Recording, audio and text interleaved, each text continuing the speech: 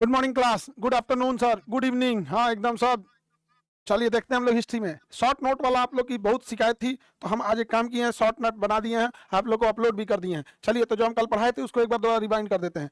मगध में शासन करने वाले 16 महाजनपदों में सबसे बड़ा महाजनपद था मगध महाजनपद। उस पर टोटल राजवंशों ने शासन किया था 7। शॉर्टकट का हसीन मशूकसा, हरियंग वंश, शिशुनाग वंश, नंद वंश, मौर्य वंश, शुंग वंश, कर्ण वंश, सातवाहन वंश। इसमें सबसे महत्वपूर्ण कौन सा था? शुंग वंश था, मौर्य वंश था। तो चलिए हम इसके बारे में देखते हैं। ऐतिहासिक रूप में देखेंगे तो मगध पर, महाभारत काल देखेंगे तो मगध पर बृहद्रथ वंश था, जिसका शासक बृहद्रथ था। संस्थापक उसके बेटे का नाम जरासंघ था। जरासंघ का किला का नाम था राजगीर। भीम ने युद्ध में मल्ल युद्ध हुआ था। हालांकि ये आप महाभारत में पढ़े होंगे जरासंघ वगैरह के बारे में। इतिहास में अगर देखेंगे तो मगध पर पहला वंश हरियंक वंश था। संस्थापक बिंबिसार था। बिंबिसार ने राजधानी किसे बनाया था? राजगीर को। विस्तार करने के लिए वैवाहिक संबंध स्थापित किया था। प्रथम बौद्ध संगीति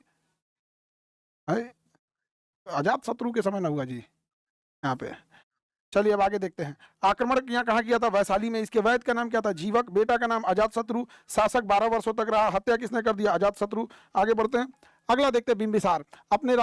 बिंबिसार ने अपने जीवक वैद्य को भेजा था इलाज करने के लिए। अगला राजा आया था अजातशत्रु। अजातशत्रु ने किसे मारा था? अजातशत्रु ने किसे मारा था बताइए? अपने पिता की हत्या करने वाला कौन था? अजातशत्रु। अपने पिता का हत्या करने के कारण इसे पितृहंता कहा जाता है। क्या कहा जाता है? पितृहंता।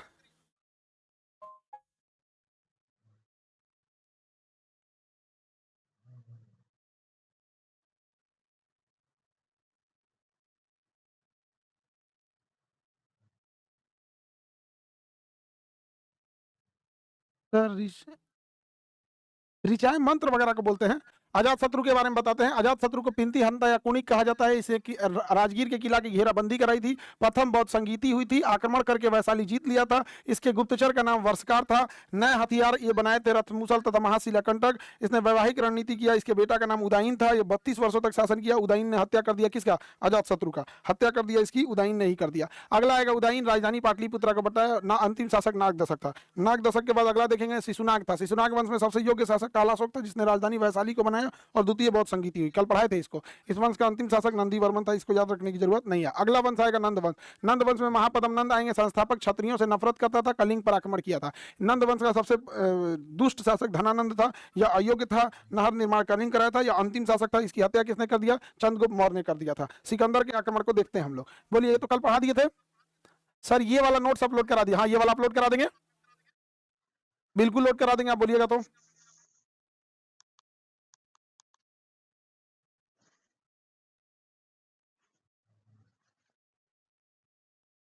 किसी को दिक्कत हो तो बोलो।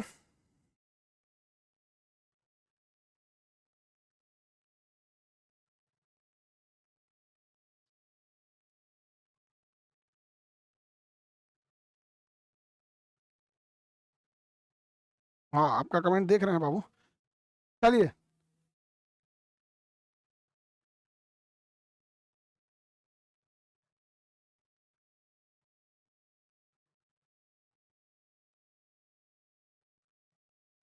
सर, अरे बाबू तो बोलते चलोगे तब तक। बाबू ये क्रैश कोर्स है, इसमें फास्ट तो चलेंगे ही। क्रैश कोर्स का मतलब ही क्या होता है? जल्दी खत्म करने वाला कोर्स। क्रैश कोर्स जल्दी ही। कह रहा है कि फाउंडेशन करना है। फाउंडेशन के लिए फाउंडेशन में जाएंगे, उसमें आराम से बताएंगे। चलिए सिकंदर का आक्रमण देखते हैं। सिकंदर का नाम क्या था? एलेक्जेंडर द ग्रेट या एलेक्जेंडर निकेटर कहते हैं। इसके पिता का नाम फिलिप था। इसकी पत्नी का नाम रेक्सोना था। इसका देश का नाम मैसिडोनिया था। भाषा इसकी मकदूनिया थी। नौसेना प्रमुख का नाम नियारकस था। जल सेना प्रमुख थल सेना होना चाहिए, जल सेना नहीं। यहाँ पे क्या होना चाहिए? थल सेना। जल सेना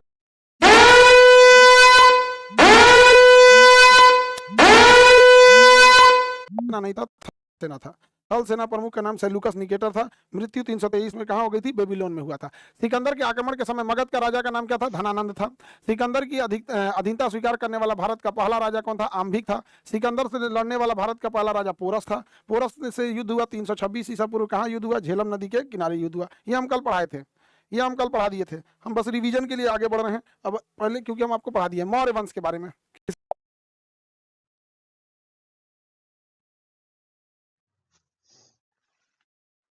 चलिए अब यहां से आगे बढ़ते हैं मौर्य वंश में।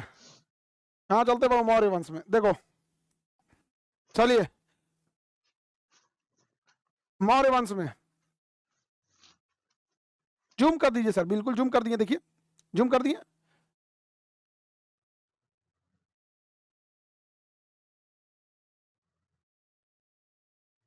चलो बाबू देखो। चंद्रगुप्त मौर्य, मौर्य वंश के संस्थापक चंद्रगुप्त मौर्य क्या थे? संस्थापक। इनका जन्म कब हुआ? 345। ये जन्म याद रखने की जरूरत नहीं है। राज्याभिषेक 332, इसको भी याद रखने की जरूरत नहीं कब राज्याभिषेक हुआ। इनकी माता का नाम मौर्य था, पुत्र इसका बिंदुसार था, बकलोल था पुत्र, सेनापति या आप कहिए प्रधानमंत्री के पद पे चाणक्य थे, जिनकी पुस्तक का नाम क्या? अर्थशास्त्र। कौन से धर्म को मानता था चंद्रगुप्त मौर्य? जैन धर्म को मानता था। विवाह किसे किया था? हेलन या कार्नेलिया से। दहेज में काबुल, कंधार और मकरान ले लिया था, और उपहार में उसे सेल्यूकस को 500 हाथियां दिया था। इसके दरबार में एक विदेशी यात्रु राजदूत रहता था, नाम क्या था उसका? मेगास्थनीज। यहाँ तक पढ़ाते हैं। मेगास्थनीज की पुस्तक का नाम क्या है? इंडिका। चंद्रगुप्त मौर्य सेंड्रोकोटस के नाम से भी जाना जाता था। यूरोप के लोग चंद्रगुप्त मौर्य को क्या कहते हैं? सेंड्रोकोटस कहते हैं, सेंड्रोकोटस कहते हैं। चंद्रगुप्त मौर्य ने सुदर्शन झील का निर्माण कराया था। इसकी मृत्यु 298 ईसा पूर्व श्रवण बेलगोला में हुई थी, संलेखन विधि से, क्योंकि जैन धर्म में अंतिम समय में भोजन ग्रहण करना छोड़ दिया जाता है। हम यहाँ तक पढ़ाए थे। अकाल में दिए गए राहत सामग्री की जानकारी किस अभिलेख से मिलती है? साहगौर अभिलेख से। जहां तक पढ़ा दिए थे वहां तक थोड़ा फास्ट चलेंगे बाबू, उसके बाद हम फिर आपको स्लो चलेंगे। जहां तक पढ़ाए थे वहां तक तो फास्ट चलेंगे। कल ही पढ़ाए थे अकाल के समय दी गई जानकारी राहत सामग्री को किस में मिलते हैं? साहगौर। थोड़ा और बड़ा कर दे, थोड़ा और बड़ा कर दे, चलो ठीक है। ज्यादा ही बड़ा हो गया।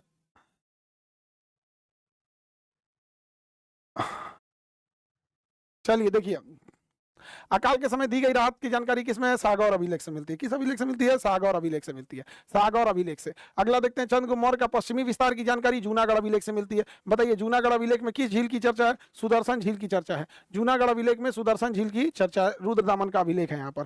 चंद्रगुप्त मौर्य का पूर्वी विस्तार की जानकारी बंगाल में महास्थान से मिलती है। भारत का मैकियावेली के कौटिल्य को कहा जाता है। कौटिल्य की पुस्तक का नाम क्या है? अर्थशास्त्र। अर्थशास्त्र का संबंध किससे है? राजनीति से। इसमें कितने लेसन है? 15 लेसन है। अर्थशास्त्र में टोटल लेसन की संख्या कितने हैं? 15। इसने राजा बनने के लिए 7 गुणों की चर्चा किया है, जिसे कहते हैं राजा का सप्तांग सिद्धांत। यहां से क्वेश्चन आएगा बाबू, समझो ध्यान से। चंद्रगुप्त मौर्य के दरबार में सबसे प्रमुख विद्वान चाणक्य रहते थे। चाणक्य की पुस्तक का नाम है अर्थशास्त्र। चाणक्य की पुस्तक का नाम क्या है? अर्थशास्त्र पुस्तक का नाम है। और चाणक्य की पुस्तक अर्थशास्त्र में टोटल 15 लेसन है, जिसे हम अधिकरण कहते हैं। 15 लेसन है, जिसे हम क्या कहते हैं? अधिकरण कहते हैं।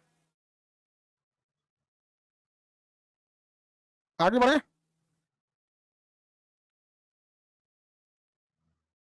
टोटल कितने अधिकरण है अर्थशास्त्र में? कितने अधिकरण है? वेरी गुड, 15 अधिकरण। अर्थशास्त्र का संबंध राजनीति से या अर्थशास्त्र है? अर्थशास्त्र का संबंध राजनीति से या अर्थशास्त्र है? ठीक है, राजनीति से है। आगे बढ़ते हैं।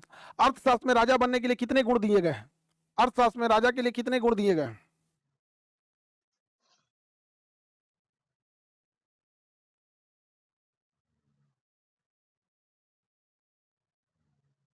राजा बनने के लिए 7 गुणों की चर्चा किया गया है। सप्तांग सिद्धांत में राजा मजबूत होना चाहिए, उसके मंत्री मजबूत होनी चाहिए, जनता विश्वासी होनी चाहिए, किला मजबूत होना चाहिए, मित्रों से संबंध अच्छा होना चाहिए, धन अच्छा होना चाहिए, और न्याय व्यवस्था बहुत अच्छी होनी चाहिए। न्याय व्यवस्था बहुत ही अच्छी होनी चाहिए। ये है आपका किस चीज का सिद्धांत? किस चीज का सिद्धांत है बाबू?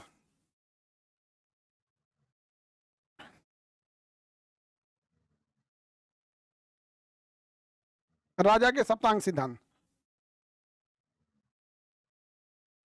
राजा बनने के लिए सिद्धांत। इसके बाद इसका बेटा आएगा बिंदुसार। हम कल पढ़ाए थे थोड़ा बहुत बिंदुसार के बारे में, देखते हैं कितने लोग को ध्यान है, क्या कितने लोग को नहीं है। चंद्रगुप्त मौर्य के बिंदुसार के बारे में कल हम कुछ पढ़ाए थे।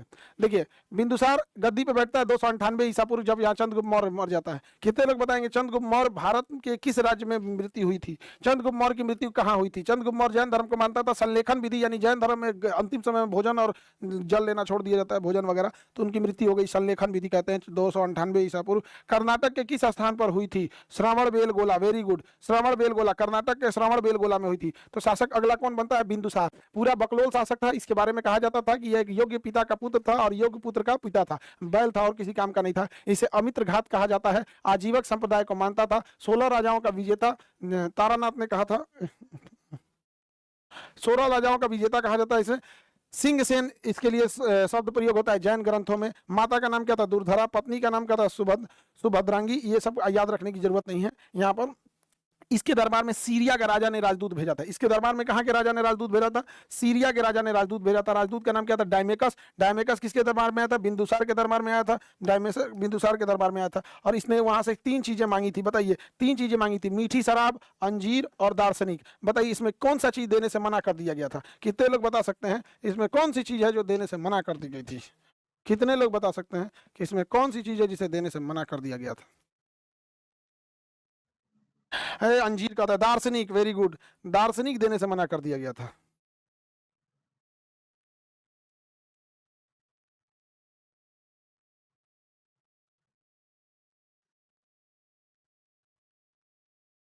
दार्शनिक देने से मना कर दिया गया था।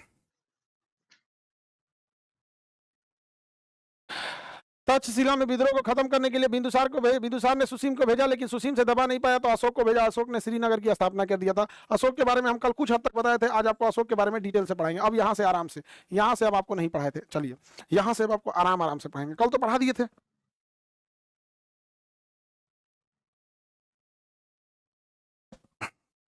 चलिए रेडी हैं आप, रेडी हैं, रेडी हैं, रेडी हैं आप सब?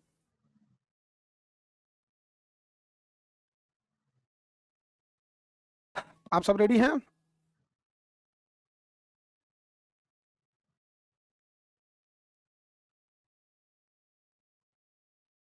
यस सर, हम लोग रेडी हैं। ठीक है, रेडी हैं तो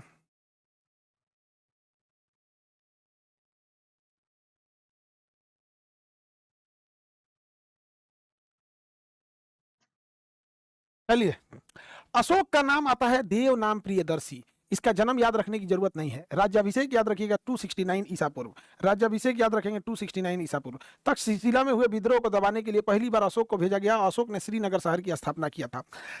स्थापना राजतरंगिणी से जानकारी मिलती है। अशोक की कलिंग के बारे में देखिए, श्रीनगर के बारे में जो जानकारी मिलती है वो किसके पुस्तक से मिलती है? राजतरंगिणी से मिलती है। कलहन ने लिखा है राजतरंगिणी। इसके राज्याभिषेक जब हुआ था तो राज्याभिषेक के 8वें वर्ष, राज्याभिषेक हुआ 269 और राज्याभिषेक के 8वें वर्ष यानी 261 में इसने कलिंग पर आक्रमण कर दिया। कहाँ आक्रमण कर दिया? कलिंग पर। और सबसे भीषण आक्रमण था इसका कलिंग पर। इसने क्या कर दिया? आक्रमण कर दिया। कलिंग पर जब इसने आक्रमण किया तो 2 सवाल आते हैं कलिंग पर आक्रमण से। उस समय कलिंग के राजा का नाम नंदराज। कलिंग पर आक्रमण 261 ईसा पूर्व, चौथे वर्ष राज्याभिषेक के 8वें वर्ष, क्योंकि राज्याभिषेक इसका 269 में हुआ था।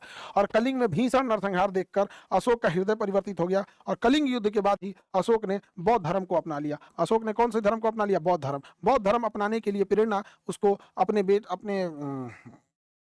क्या नाम है, भतीजा निग्रोध से मिली और शिक्षा दिया था उपगुप्त ने। इसे शिक्षा किसने दिया? उपगुप्त ने दिया था।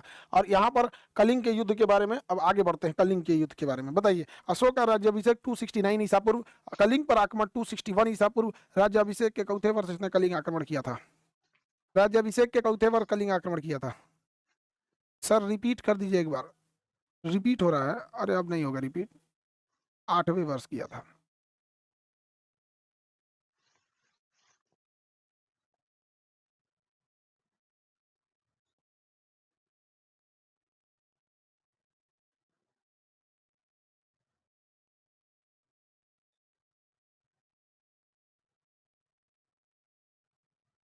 Very good.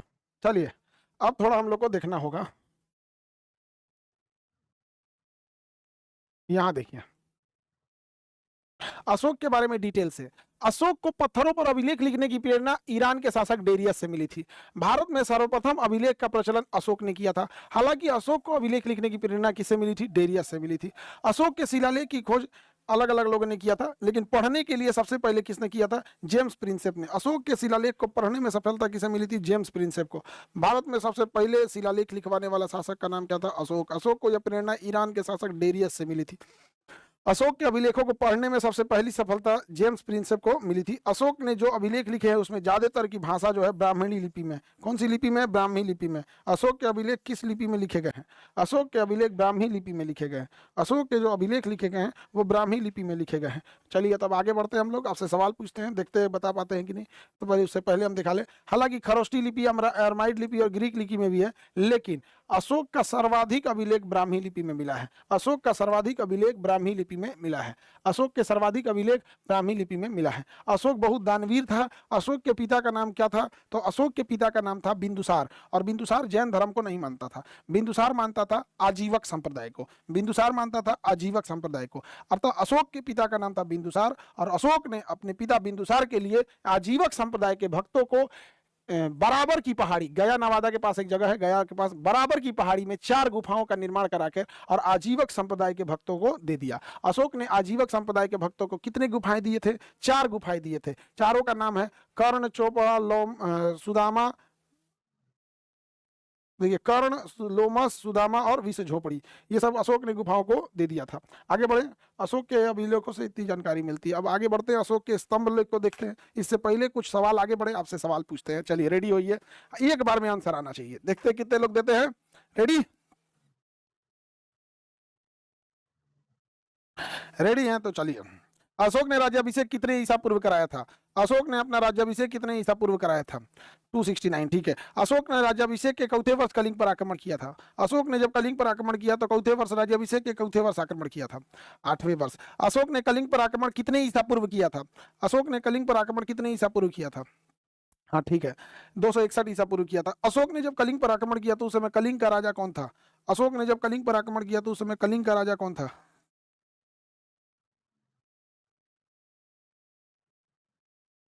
नंदराज। कलिंग का राजा था नंदराज। इसकी जानकारी हाथी गुफा अभिलेख से, खारबेल की हाथी गुफा अभिलेख से मिलती है। नंदराज था यहाँ पे। अशोक भारत में पहला हृदय परिवर्तित हो गया। भारत में सबसे पहले अभिलेख लिखने की प्रारंभ अशोक ने किया था, जिसे पढ़ने की शुरुआत जेम्स प्रिंसेप ने किया था। कितने लोग बता सकते हैं कि अशोक को शिलालेख लिखने की प्रेरणा ईरान के किस शासक से मिली थी? अशोक को शिलालेख लिखने की प्रेरणा ईरान के किस शासक से मिली थी? डेरियस। डेरियस से मिली थी, वाह, डेरियस से मिली थी, डेरियस।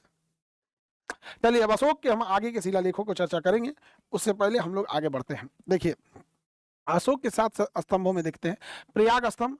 देखिए ये कौशाम्बी के पास था प्रयाग स्तंभ। इसे अकबर ने कहाँ लेके चलाया? इलाहाबाद में लेके चलाया। इसे रानी का अभिलेख कहते हैं। अशोक अपनी सारी पत्नियों में सबसे ज्यादा कारुवाकी को मानता था। पहले के जमाने की लड़की सब सीधा रहती थी सब, तो पहले इंसान दो चार को बियाह कर लेता था। आज कोई लड़की सब दो को तीन को बियाह करो, ड्राम में पैक हो जाओगे तुम, नीला काला सब ड्राम में पैक हो गए। समझ में आ गया? आज के टाइम पे दो को बियाह करना खतरों से खाली नहीं है।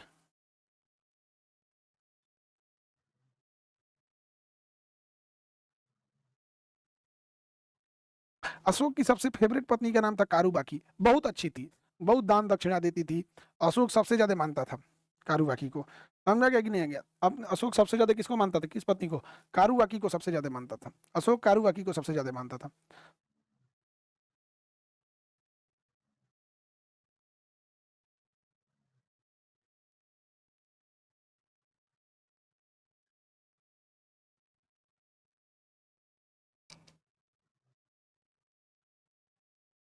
देखिए अशोक का जो कौशाम्बी अभिलेख था उसे प्रयागराज कौन लाया था? अकबर। अशोक के कौशाम्बी अभिलेख को प्रयागराज लाने वाले अकबर थे।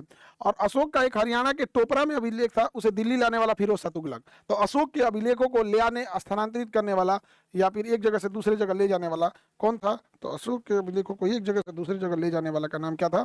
तो फिरोज शाह तुगलक जो था, फिरोज शाह तुगलक, ये टोपरा से कहा लाया था? दिल्ली। और वही अकबर को बात करेंगे तो कौशाम्बी से कहा लाया था? प्रयागराज। उस समय उसका नाम इलाहाबाद था। अशोक के अभिलेखों को देखिए, दिल्ली से मेरठ अभिलेख को भी दिल्ली कौन लाया? फिरोज शाह तुगलक। मेरठ अभिलेख को भी दिल्ली कौन लाया? फिरोज शाह तुगलक। अशोक का रामपुरवा अभिलेख है चंपारण में, लौरिया नंदनगढ़ है चंपारण में, लौरिया अरेराज है चंपारण में। ये सब चीजें, रुमनदेही अभिलेख है, सबसे छोटा अभिलेख है। रुमनदेही अभिलेख जो है, यह अशोक का सबसे छोटा अभिलेख है। ये नेपाल में है, लुम्बिनी में धम्म के लिए है रुमनदेही अभिलेख। सबसे याद रखते चलेगा, रुमनदेही अभिलेख कहाँ है? लुम्बिनी में। लौरिया नंदनगढ़, लौरिया अरेराज और रामपुरवा अभिलेख, रामपुरवा अभिलेख, रामपुरवा अभिलेख, ये सब कहाँ है? रामपुरवा अभिलेख ये सब चंपारण में है।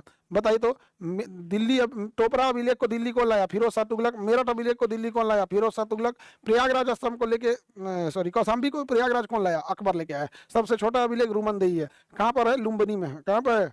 लुम्बिनी में है।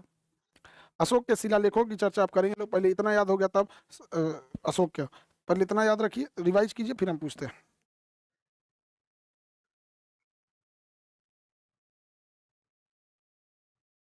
देखिए फटाफट हम पूछते हैं।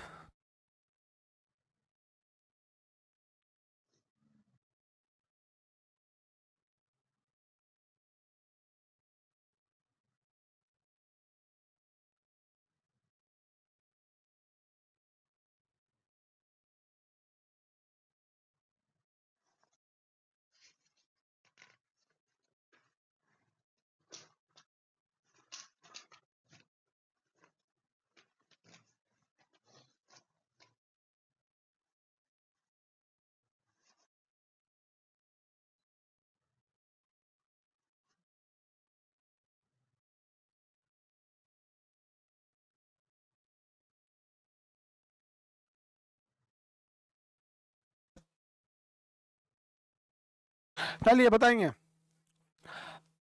अशोक को अभिलेख लिखने की प्रेरणा ईरान के किस शासक से मिली? अशोक को अभिलेख लिखने की प्रेरणा ईरान के किस शासक से मिली? अशोक का सबसे छोटा अभिलेख रुमनदेही अभिलेख कहाँ है?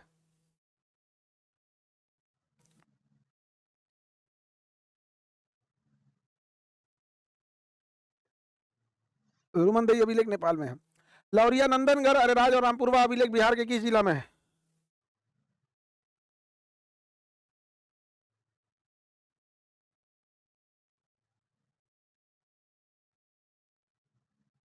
मेरठ अभिलेख को तथा टोपरा अभिलेख को दिल्ली लाने वाला कौन था?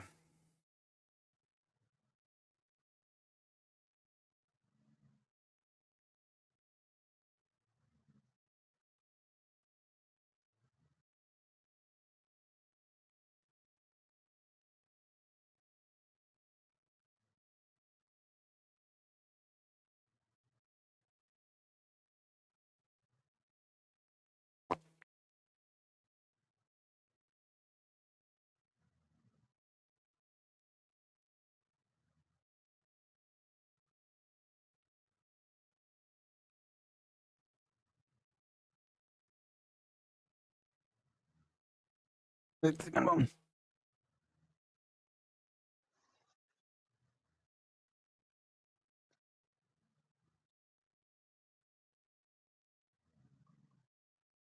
अशोक की फेवरेट पत्नी, अशोक अशोक की फेवरेट पत्नी, अशोक की फेवरेट पत्नी का नाम कारुबाकी था। कलिंग युद्ध राज्याभिषेक के चौथे वर्ष हुआ था?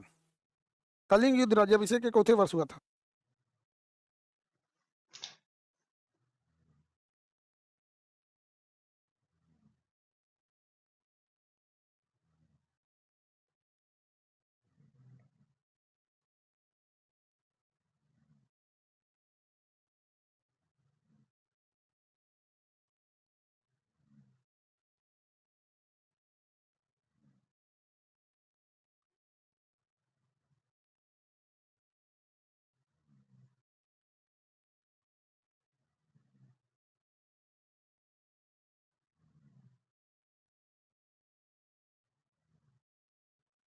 चलिए, अब अशोक के ना रुमनदेही अभिलेख सबसे छोटा है। अशोक ने एक 14 शिलालेखों का एक ग्रुप बनाया था। अशोक ने 14 शिलालेखों का एक ग्रुप बनाया था जिसे हम कहते हैं चतुर्दश शिलालेख। उसमें से खूब क्वेश्चन पूछता है। उस 14 को में से कम 5 गो आपको पक्का याद होना चाहिए। उस 14 में से कम 5 गो आप लोगों को क्या होना चाहिए? पक्का याद होना चाहिए। पहला में अहिंसा की बात किया है, तो पशु बलि की निंदा करेगा भैया। अहिंसा होगा तो पशु बलि की निंदा करेगा। दूसरा में पशु चिकित्सा की बात किया है। किसकी चर्चा किया? पशु चिकित्सा की। और दक्षिण भारत के कई राज्यों की चर्चा किया है। पांड्य वंश, सतीय पुत्र, चेर, लेकिन चोल वंश की चर्चा नहीं किया है। तो क्वेश्चन पूछता है अहिंसा और पशु बलि पर रोक किस पे लगाया है? तो पहला में। और कहेगा कि पशु चिकित्सा पर और चोल की चर्चा नहीं किया है तो दूसरा में। चोल की चर्चा नहीं किया है तो दूसरा में। तीसरा में उसने तीन अधिकारियों की बात किया है। राजुक, युक्तक और प्रदेशक। राजुक, युक्तक और प्रदेशक। राजुक, युक्तक और प्रदेशक। राजुक, युक्तक और प्रदेशक। राजुक, युक्तक और प्रदेशक। राजुक, युक्तक और प्रदेशक। राजुक, युक्तक और प्रदेशक। चौथी शिलालेख से क्वेश्चन पूछता है युद्ध नीति को छोड़कर धम्म नीति को चला गया। धम्म मतलब बौद्ध के दिखाए गए रास्ते पर। तो भैरी घोष यानी युद्ध नीति को छोड़ दिया और धम्म घोष पर चला गया। ये 10 बार क्वेश्चन पूछा है चौथा शिलालेख के बारे में। तो भैरी घोष की जगह पे धम्म घोष। तो पहला याद रहेगा, पहला में अहिंसा जिस कारण पशु हत्या पर रोक। दूसरा में पशु चिकित्सा, दक्षिण भारत के कई राज्यों की चर्चा है लेकिन चोल की चर्चा नहीं है। तीसरा में 3 अधिकारी राजुक, युक्तक और प्रदेशक। चौथा की बात करिएगा तो चौथा में उसने भैरी घोष की जगह धम्म घोष की स्थापना किया है। भैरी घोष की जगह धम्म घोष की स्थापना किया है। राजुक, युक्तक और प्रदेशक जैसे 3 अधिकारियों की चर्चा है प्रदेशक में। वर्तमान में राजुक को ही हम लोग डीएम कहते हैं। उस समय डीएम यानी डिस्ट्रिक्ट मजिस्ट्रेट के पद पर राजुक रहता था। उस समय डिस्ट्रिक्ट मजिस्ट्रेट के पद पर राजुक रहता था। उस समय डिस्ट्रिक्ट मजिस्ट्रेट के पद पर राजुक रहता था। राजुक, डिस्ट्रिक्ट मजिस्ट्रेट के पद पर राजुक रहता था।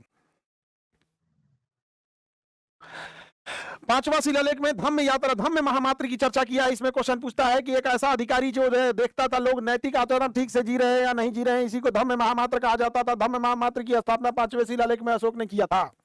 पांचवें शिलालेख में अशोक ने किया था। धम्म महामात्र की चर्चा पांचवें शिलालेख में अशोक ने किया था। छठवां इंपॉर्टेंट नहीं है, सातवां सबसे बड़ा है, लेकिन ये भी क्वेश्चन बहुत कम पूछता है। आठवां से भी क्वेश्चन ना बराबर पूछता है, नौवां से भी छोटे छोटे, 10वां से भी बहुत कम क्वेश्चन पूछता है।